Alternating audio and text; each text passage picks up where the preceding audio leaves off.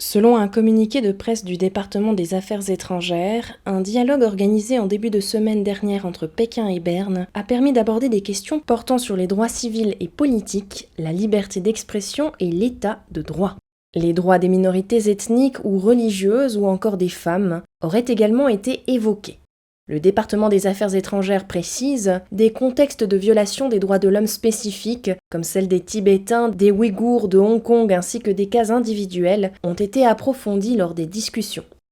Mais en dépit des apparences, la Chine n'était pas forcément prête à affronter la question des droits de l'homme dans son ensemble. En effet, avant la rencontre, Pékin avait d'emblée mis son veto à la participation des organisations non gouvernementales que le département des Affaires étrangères suisse voulait convier pour l'occasion. La Société pour les peuples menacés, Amnesty International, l'Association Ouïghour Suisse, la Société d'amitié suisse tibétaine et l'International Service for Human Rights avaient l'intention de soulever des questions épineuses, comme celle des camps de travaux forcés, celle de l'extinction culturelle au Xinjiang, ou encore celle de l'intimidation des Tibétains en exil en Suisse, ou de la peine de mort souvent appliquée dans l'Empire du Milieu.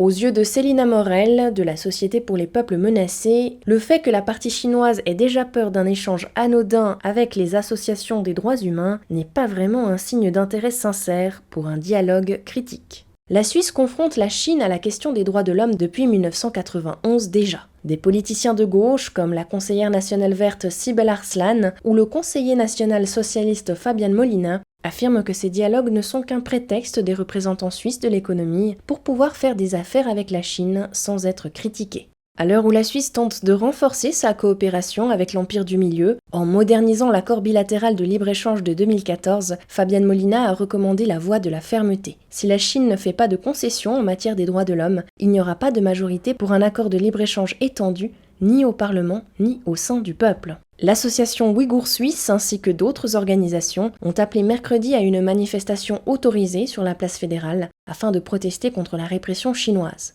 En outre, très prochainement et comme chaque année, les pratiquants de Falun Gong de Suisse se réuniront à Karlausplatz, à Berne, pour commémorer le début de la persécution du Falun Gong en Chine, le 22 juillet 1999, et demander au Conseil fédéral d'aider à mettre fin au prélèvement forcé d'organes, perpétré à grande échelle dans l'Empire du Milieu et ciblant principalement des pratiquants de Falun Gong.